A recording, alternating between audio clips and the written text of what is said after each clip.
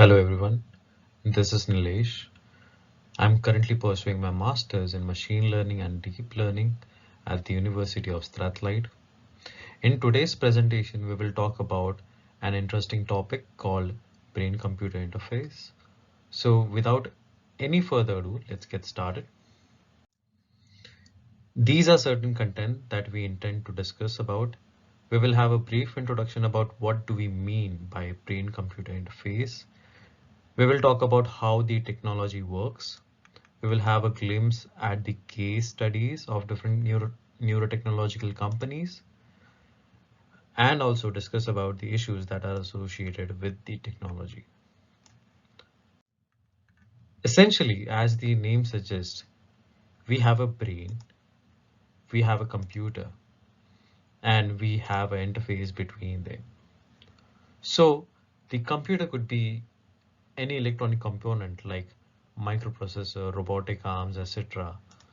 So using only our brains, we try to accomplish certain tasks. So you might be familiar with the scene where Dr. Octopus pitches about the robotic tentacles having AI technology, which can help us with the nuclear reaction. So we can observe that there is a small device right behind his neck, which is a neural link chip, which enables interconnection between his brain and the robotic tentacles. Let's discuss about how does it happen. One of the most beautiful creation of nature is a brain. It helps us to think about a solution. Imagine about how will they react if they get a chance to meet Emma Watson, decide which clothes to wear for the day. The brain consists of small biological cells called neurons, which essentially builds connection using electric signals from our brain. Human too run on electrical signals. We place the electrodes on the scalp of the head, which reads the signal that is being generated from the neurons.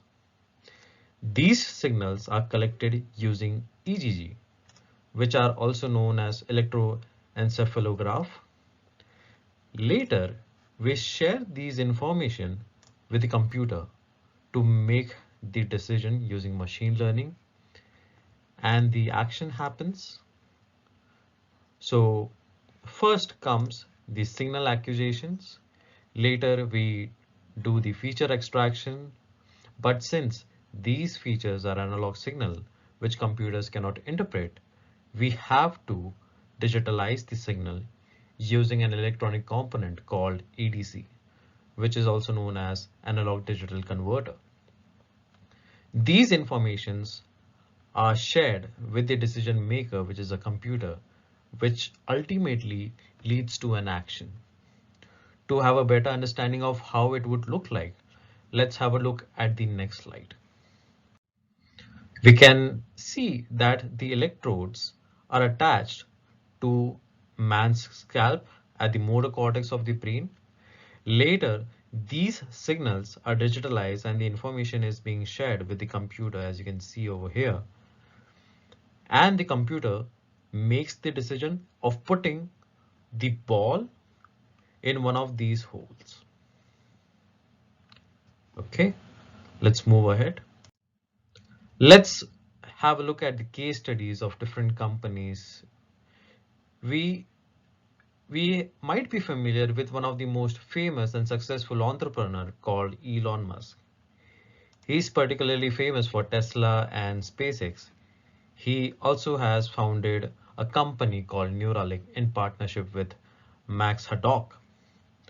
So the aim of this company is to build implantable brain machine devices. It was launched in July 2016. It is estimated that currently in this year, the company has managed to generate 38.9 million US dollars. Let's move ahead. On the left hand side, you can see a Neuralink which has electrodes hanging in there. So at first it might seem that it has thick electrodes, but if we observe carefully, it is estimated that it has more than 2000 electrodes, in which each electrodes are having a width of about 1/28th of a human hair. Company has provided the demo. In this case, they have implanted Neuralink in the brain of a monkey using the gaming console. For each win of the game, the monkey is rewarded with the banana smoothie through this tube. Later, after a few rounds, the console was disconnected, and now the, the game is being played only using the brain. It was observed that the decision making was more faster using Neuralink as compared to the gaming console.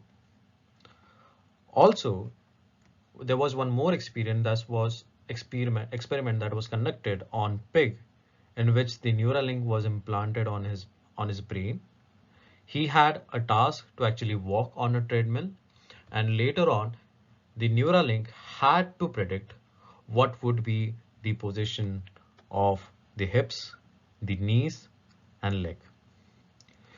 Later, the CEO is also quite optimistic about making a product that would enable paralyzed individuals to use smartphones using just their brains. Let's have a look at the next case study. So we will talk about this company called Emotive.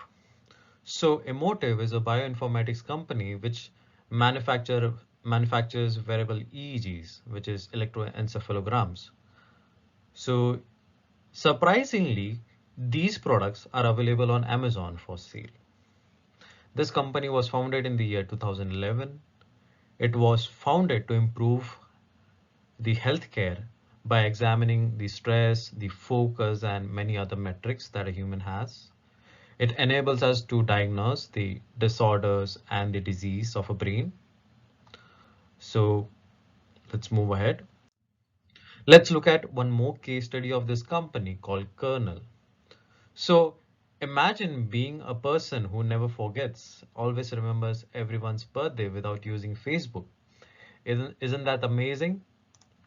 So Kernel is a biotechnology company which was founded in 2016 by Brian Johnson. The original goal of this company was to develop ways to actually store memories outside their brain and even upload a new memories on their brain using some memory chip, right? So let's talk about certain issues that we might have to talk about and we have to address when it comes to using this technology. So the initial issue that we can see is the long-term effect are yet unknown. So it means if you have an implantable neural link in your brain, it's quite difficult to understand the long-term effects currently because this is just in the evolving phase. Obtaining informed consent from someone who has difficulty communicating. So communication becomes an issue when it comes to someone having difficulty. Issues with reliability, accountability, and responsibility. Since this is a new technology, there are questions regarding the reliability, accountability, and the responsibility of this product, right? Concerns of becoming a human cyborg. So cyborg is essentially a combination of human and an electronic robot machine. Yeah. It could blur the division between a human and a machine. So it creates concern that we later on in the future, it might be quite difficult for us to generalize between a human and a robot. There are certain moral questions if this is even moral to actually put a Neuralink chip into the brain of a human. So these are certain questions that arise when it comes to using the BCI technology. We also have the movement and the emotional control because the machinery creates electrical signals which ultimately leads to movement and emotional changes. So even it is a concern which we have to address. So thank you so much for being here. I hope I was able to deliver a decent presentation. Thank you for being here. Hope you have an amazing day ahead.